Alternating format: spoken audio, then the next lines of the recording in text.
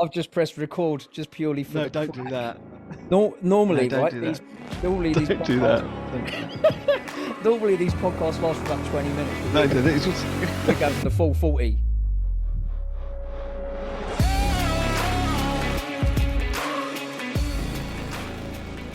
Well, I was going to say to you actually, mate, because I've been listening to them, and I've been thinking about what people are saying, and it's really good. There's some really good stuff there. You've got some great people on, and I don't want to be the outlier in that. So I thought I'd take it upon myself to think about what I was going to say today, or think about really what Once. my position is generally, or how I've conducted myself in agency thus far.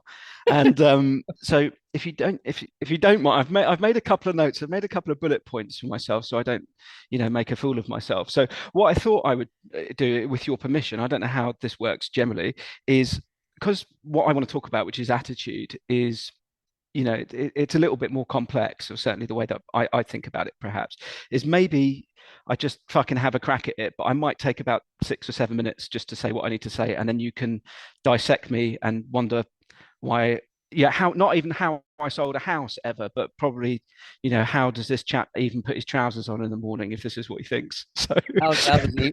I Why thought, the if fuck that's all do you right with want you. to face? Mate, listen, seriously, Yeah, right. exactly.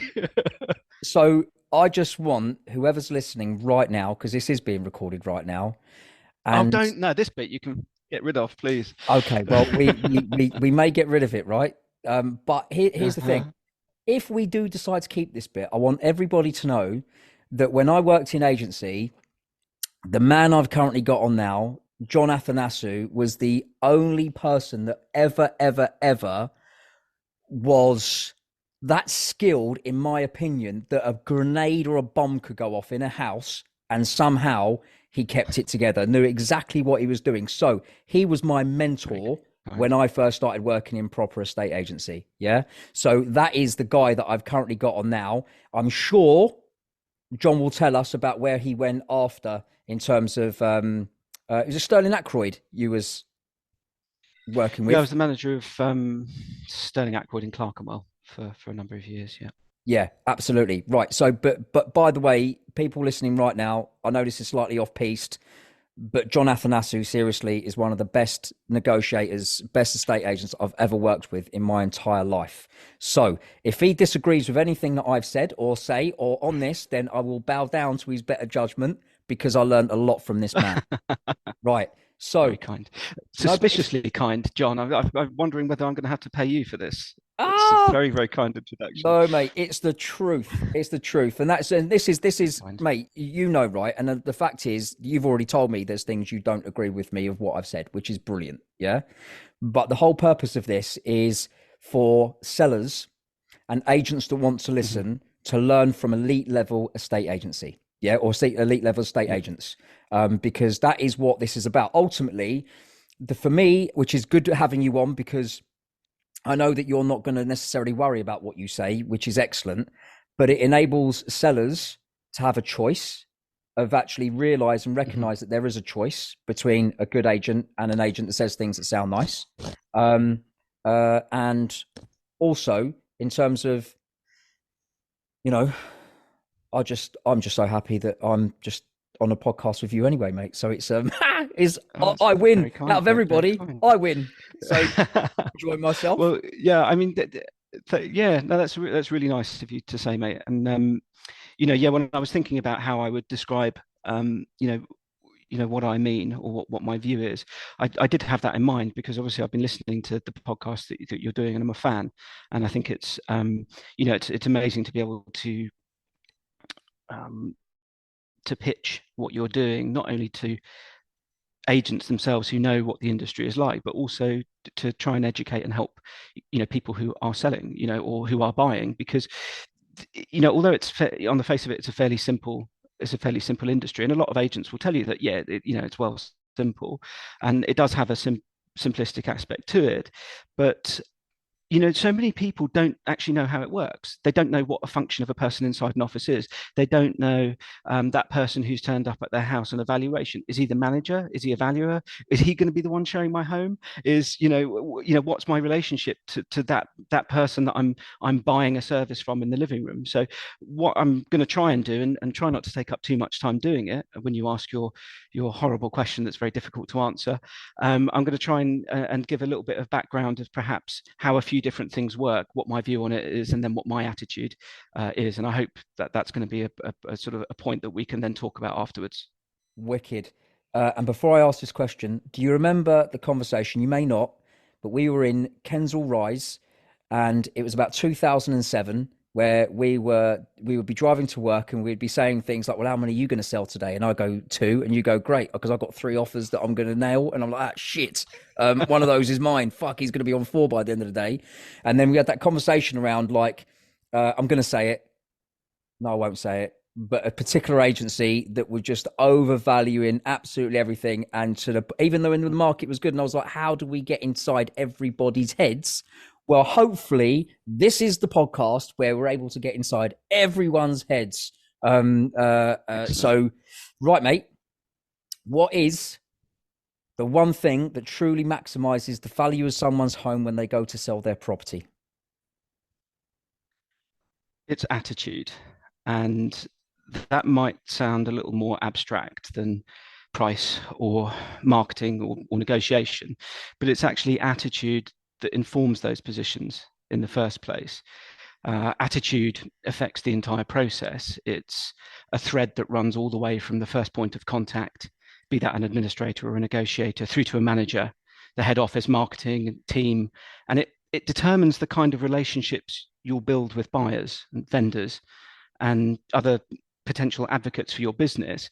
And if you identify what the best attitude is for your agency, your team, or yourself, depending on your situation and resources, and further understand what attitude best fits your market, then life becomes so much easier. And you're set up in such a way that maximizing value for your vendors is pretty easy to do.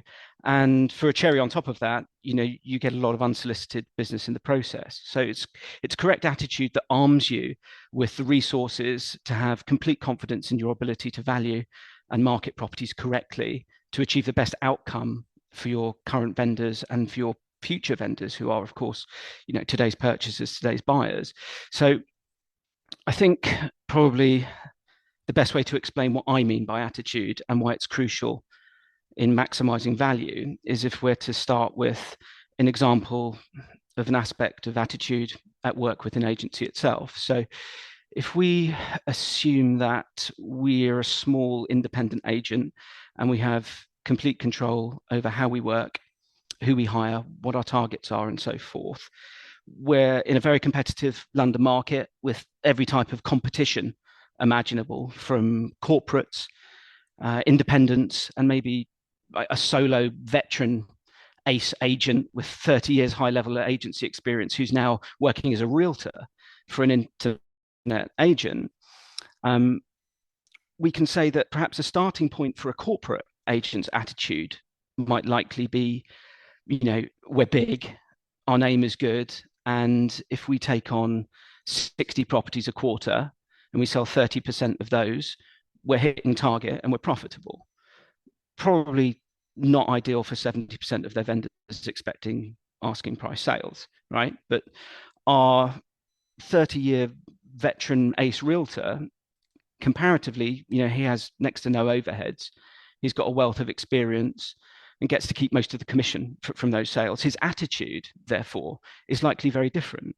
20 sales a year could mean, a comfortable 6-figure salary. He's likely to be more client focused on a personal service or individual expertise, and pricing more or less correctly because, he doesn't have the resources to service a large number of properties on his books. He's motivated chiefly by taking on and selling as much stock as he can reasonably service while building and maintaining an excellent reputation within the area. So their different attitudes towards their business will drastically affect how they value property, market property, and their probability of maximizing value for their clients. So in that example, the corporate sales manager or valuer almost certainly has a target of 60 properties a quarter that need to come to the market in order for his job to be safe. He's motivated first by getting properties signed up with his agency. Like selling is tomorrow's problem, or like in some cases, if he's just a valuer, like not his problem at all. That's the sales team's issue. Now, people can decide for themselves if they think that's a good foundation to maximize the value of their property. And valuation price is just, one product of attitude. We all know from experience, you and I and every other agent that might listen to this, that 99% of agents, excuse me, will be targeting, their revenue first as the most important target. And they'll be devising ways of measuring how and why they have or not, have not hit that. They'll have, a ton of KPIs, valuation, acquisition and conversion rate, offer to offer acceptance, price reductions per period, week, month, whatever. I'll quickly caveat, John, that KPIs I think are important, but like any tool, they need to be, used properly. So if we know that, where do we fit into this market? What should we be targeting to maximize the value for our clients? Well, the foundation of my attitude is that we're in the service industry. And when we act like it, business grows and we make a lot more money for our vendor and, not incidentally for ourselves. There are no agents sales office that I'm aware of currently that if you walked in there and said, what's your goal?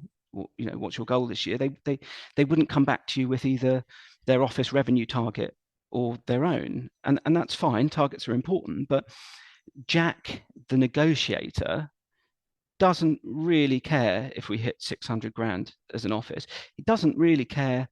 He doesn't really understand why he should care about what the vendor's reason for selling is or the buyer's reason for buying. He cares if he hits his personal target and gets a bump in his commission. Like, that's obvious, and it's an attitude that's not going to change without good reason. Like, my attitude is that agency as a whole should have, a firm, actionable umbrella target of growing market share. Like, everyone involved should understand that, this is the most important KPI, and the effects that it brings are long-term sustainable growth, profitability.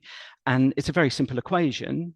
But like anything that's simple, as you know, it needs to be done exceptionally well and consistently. Market share is grown and profitability is grown and sustained by servicing our vendors and our buyers better than anyone else. And that's easy to say, hopefully obvious, sure, but there are so few agents that do that effectively. Our veteran realtor might do 90% of the necessary things, but he's just one guy with a limited amount of hours in the day. There's a ceiling on how much he can grow without sacrificing those things that set him apart. A negotiator or a manager in a corporate might do it, but the company sure doesn't advocate it and will only support it as far as their KPIs, good and bad, are met. So there's a massive opportunity for our flexible independent in this market to grow, succeed, and actually disregard our competition. Because if we focus on making the service aspect of agency a little better every day, our team becomes a little more competent, our advice a little more useful, a little more client focused. If we're maximizing value as part of the process, it doesn't really matter what our competition are doing short term, because in the long term game, we'll have that area dominated because we're doing things right, consistently. And I'll very, very briefly summarize what I think that the right way to maximize value is.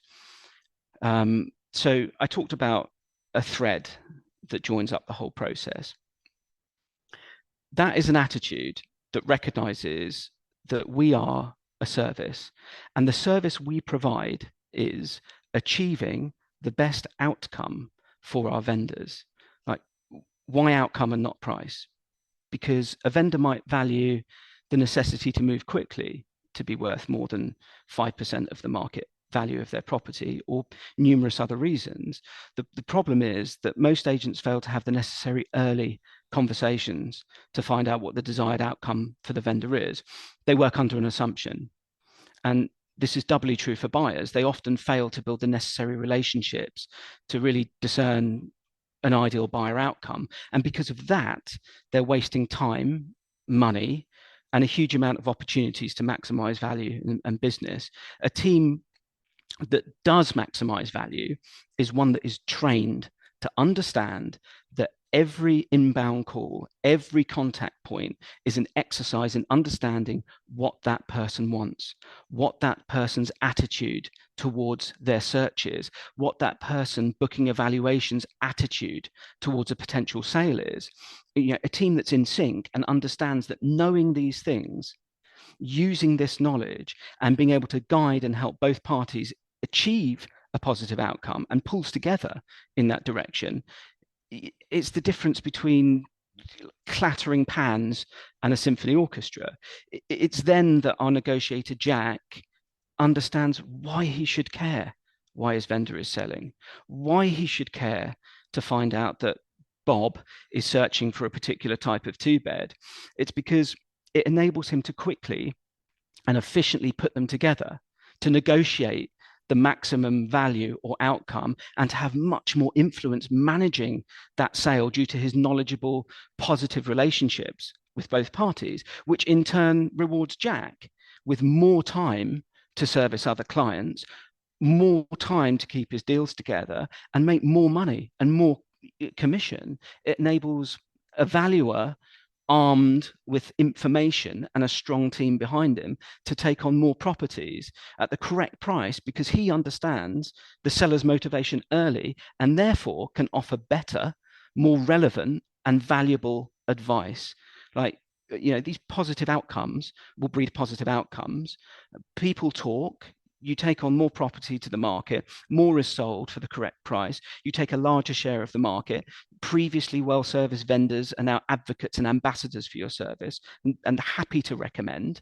And previously impressed buyers are tomorrow's easy instruction. You know, when this is done well and consistently, and granted, far easier said than done, you are pretty much guaranteed to be the market leader and most profitable agent in the area because you're a team whose collective attitude thrives on maximizing value and outcome. Bosh, Rant over. mate. I, those of you listening, I fucking told you. I told you he's good. I told you. But you know what? That is that, mate. I've sort of just like hung on every single word you've just said. Then, and actually, you are completely correct. Thread, attitude. If you've got a lister or a valuer that's grossly overvalued the property and been able to get away with that, what is the owner thinking? What's the owner's attitude? What did the owner say about that? And saying in the same way, well, if the valuer and the lister is getting away with that, then actually the lady on reception doesn't really give a shit about when a buyer calls up about a specific thing. They may also have the wrong attitude. And so, yeah, that's profound. So simple, but so brilliant. Like, honestly, Thanks. bloody hell. Well, it's just it's a product of, you know, working with people like yourself, and also lots of different people, because I think that if you're open to understanding that, you know, you don't know everything, or it's not possible to know everything, but you like what other people are doing, or you try and emulate parts of their work, and over the time, especially in this industry, you end up working with a lot of different people, and you know, you can notice perhaps something that's similar in them, or something that binds these people to it. Why were they all good? And it may be that that guy's deals never fall out of bed, or that guy gets the most offers, or, you know, that girl, she's just, you know, she's a grinder, she's fantastic, she calls everybody weekly whether she's got something or not, just to check in because the buyers are valuable to her. And you know, if you keep your eyes open, you can connect those dots. And then if you're in charge of an agency or you're running something yourself, you think, well, how do I make this team an amalgamation of every brilliant person I've worked for, and what's the product of that? And really, that's why growing market share sounds a bit weird as the main target, but as I said earlier, if you only grow really market share and keep it if you're doing the right things. So that target, the offshoot of that, it's the product of it is that you're doing the right things, right? It's kind of a Mm. self-fulfilling prophecy in the right way, rather than the sale is going to fall through and then it does. Like you need to have that, that positive, that self-fulfilling But prophecy. you're so literally when obviously we were working together for a few years, your deals never ever fell out of bed ever. Is that because of everything you've just said then in the way you set them up in the beginning? Because you never forced anybody to do anything they didn't want to No, do. And I used to look at you and think, no. how the fuck, excuse my language, are you keeping that together? Is what you're saying is because you set everything up in the beginning from with the right attitude from day one, week one, and when you met the buyers and understanding what Mm. their narrative is that why your deals Mm-hmm. you're able to Mm-hmm. keep them together? Yeah, pretty much. So it's, in the way that I think you said something, and no, it's completely gone out of my head. But you said you're gonna have to remind me, John. You're in the disregarding business. You're not in the selling Oh, business. You're in no. So I'm not in the elimination business or the something like that. convincing business. I'm in a disqualification business. Yes, brilliant. And so, yeah, I remember that. So it's kind of along those lines. Sure. So when someone calls in and you're what I was trying to do was try and understand what they wanted, and the byproduct of really trying to and caring and understanding what they wanted was getting a lot of information that that was helpful. And so then if you were talking to those people fairly regularly, you were the agent that built up a relationship with them, as you've done many times. I remember people would call in, or you would tell me that someone said that a property came on the market and they wish they could buy it through you, but we're not instructed on it.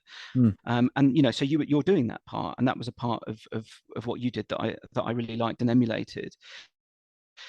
So yes, exactly. If you know what they want, and if you're sympathetic to them and therefore they're kind of sympathetic to you, you've got a trust there, then yes, you can put them into something that they want. You know what they want, so when you show it to them, they want it, right? And then if you're having that relationship with the vendor as well, where you're trying to understand what's important for them to sell it, why do they need to move? Have they got time? Do they not have time? Have they just offered on something? If you're constantly checking up with them, then yeah, when the right offer comes in and you start progressing the sale, you've got more influence, or there's more trust in you to be able to um, tell them the facts of life. Hmm. In the same way that sometimes you get a solicitor who is telling them something crazy, or not something crazy, or whatever he thinks his advice is, and it's absolute rubbish, but he's their paid advice. Like, you're not their paid advice, he's their paid advice. So for you to say, look, he's that's mental, like, look it up on the internet, or you need to get some other advice, they're not going to do that if they haven't already got a positive relationship with you. They're going to be like, well, he's my paid advice, so screw you. Mm. So that's one part, but the main reason, sorry, John, if I'm rambling on too long Oh, too crack long on, here, man. you can I'm loving this. but I think that there's, if anyone's doing this job, or you know it's of interest to them, the selling the house is the easy part. It's the keeping it together through our archaic legal system, with all sorts of mad things that will crop up, so, when you're dealing with solicitors, and especially chains. And there's something that you need to know, and that thing is, you need information, but you need to avoid someone saying to you at all costs, it's not the money, John, it's the principle. Because if they say that, you're fucked. Because we've all made horrendous decisions based on the fact that, this is the last straw. I'm not doing, they've asked me to pay for this, they've asked me to pay for that, they've asked me to paint this. Well, no more. I will lose this sale rather than spend another 500 quid. It's a point of principle. And you think, well, now I've done my job really badly. Like, there's no way I'm going to move that person. Now I need to make sure that I don't find a point of principle on the other side, because then I might as well go home. Like, this is not happening. So you have to avoid the point of principle at all cost. And you can do that from the offer. In what I was saying, if one of my team is valuing a property and they're asking all the questions on that initial call, oh yeah, why did you buy the place? How long have you been there? What did you love about it? Oh well, I bought it because I love the big windows and I love the air that it has. Well, guess what? That buyer loves that too when that offer's going forward, because they probably do, right? So, Mm. oh, John, I've got a perfect offer for you. It's not only is it the asking price, but when the guys walked in, it was the windows. They loved it. Oh yeah, well that's why I bought it. Yeah, no shit, I know, because you two have something in common. You love the same house. You're willing to spend your hard-earned money. So let's have a bit of a relationship. So what you need to do is you need to make sure that the positive things that you know about your buyer and the positive things that you know about your vendor are matched up. They feel like they know each other, because they are going to go far more out of their way to sell their house to someone they like or buy a house from someone they like than they would from someone that they think is trying to mess them around. Yeah. So would you say then, when you're qualifying buyers, would you say before you shown them wrong, would you say an offer goes forward before you show a buyer a property, or would you say it goes forward after they've seen the property? What you mean if someone calls up and says, I want to buy Jam Road, but I've never seen it? So what I'm getting Is that at, what you mean? yeah, but what I'm getting at Right. is that, so your level of qualification, so you're not in the convincing business, you're in the disqualification business, right? So your level of Right. qualification of those buyers, and then you are, what you just said then was basically marrying people up. So no seller is, Hmm. if they think they're having their pants pulled down by a buyer who's being extra demanding, the seller would just go, do you know what? No, I'm not Hmm. doing it. Yeah. So Yeah. effectively what you're Yeah. saying is the relationship needs to be watertight. But I'm a firm believer in the offer goes forward before the buyer even sees the property. If my qualification is that good and I really get to understand who they are, what they represent, and why, what is it about that house that they love that's Mm. attracted them to it, and really delve deep on that without it sounding like an interrogation, I can work out Mm. really whether that buyer truly is, even before they've seen it, whether they're right for the seller. So when I'm giving like pre-feedback about the buyer before they go to the house, the seller, like, to your point, Mm. would already know who that buyer is, and that buyer won't have a clue yet who the seller is. Mm.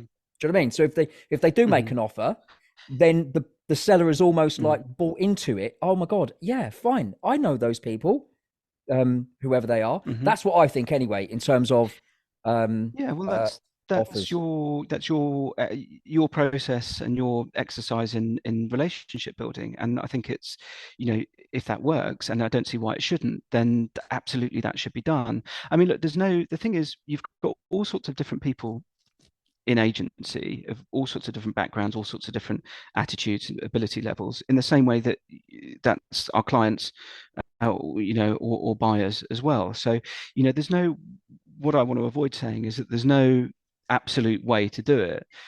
But what you need to do is build your relationships in a way that makes sense to you and a way that works for the people that you're working with, and that can be any way that works, as long as the people are being serviced properly, as long as you're doing the best you can for the vendor who is your client.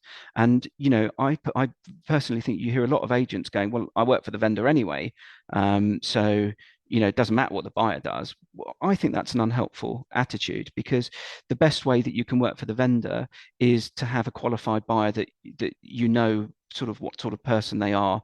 you know are they going to be a good fit for the person's, your vendor's timescale? Are they going to have the patience if it's necessary, etc., etc.? And just by doing that, you end up getting to know the buyer who is your future vendor, hopefully anyway.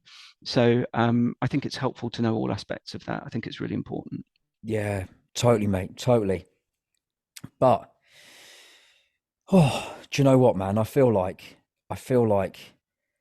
I've had a proper lesson again. And like, it's like one of those things where I'm like, oh God, he's articulated this so blinking well that I'm like, I'm learning all over again. But I completely, if this was a patchwork, you've literally just patched it all up and it now looks like a beautiful silk blanket. This is exactly, is this Kind. why you were so successful, not just when we were working together, but successful when you were then managing the office with Sterling Ackroyd?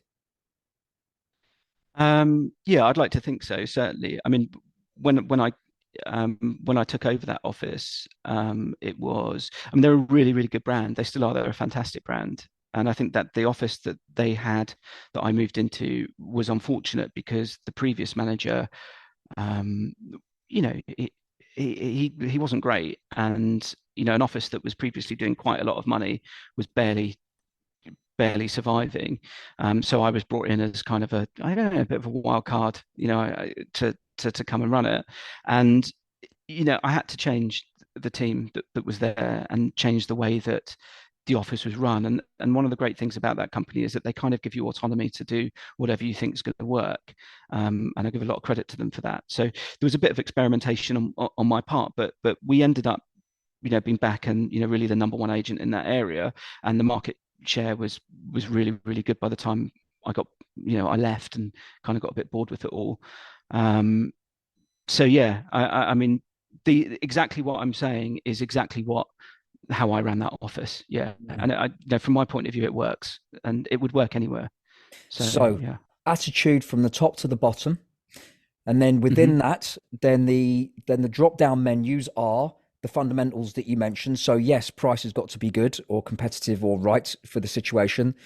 Equally, when they're actually marketing the property, that has to be correct, but also the qualification that the actual negotiators have has to be superior.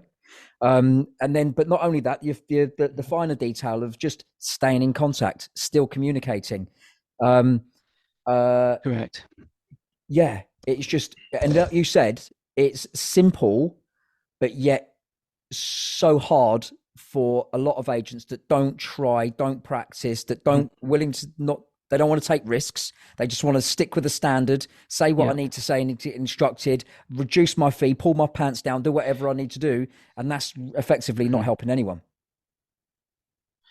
Yeah, correct. And I think just to add to it slightly, or just to clarify slightly, is that it's attitude. It's attitude in the beginning that feeds into everything.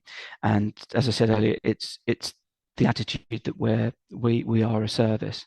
We're we don't make anything, we don't create anything. We're a service industry, and we need to understand what your desired outcome is, and you do that a lot better when you go onto evaluation and you've got a load of information. How long they've been there, why really they're selling, you ask them why, what price they want to achieve, you ask them what 8 other agents they've got in, so what competition you've got. For me, I always wanted to go last because I know they've heard everything from everyone else, and I'm more likely to get my contract signed while I'm in the property if and walk away with that instruction that day if I'm the last one in. As for me personally, it's a lot harder for me to be the first in and do that. I'm not that good, or I'm not, I don't use those sorts of tactics. But also because I knew that all my other competition in the area wouldn't be doing that either, so I might as well be last. So there's all these sorts of different things you can do. Mate, John Athanasiou, you've been sorry, I think I lost you there, John. I got an internet thing. Yeah. Don't worry about that, mate. I was just saying, listen, you've been absolutely fantastic on this podcast. This has been a whole new lesson in how in being able to describe something that ends up being quite complicated, and you've made it sound so simple, mate. Thank you so much for coming on this podcast.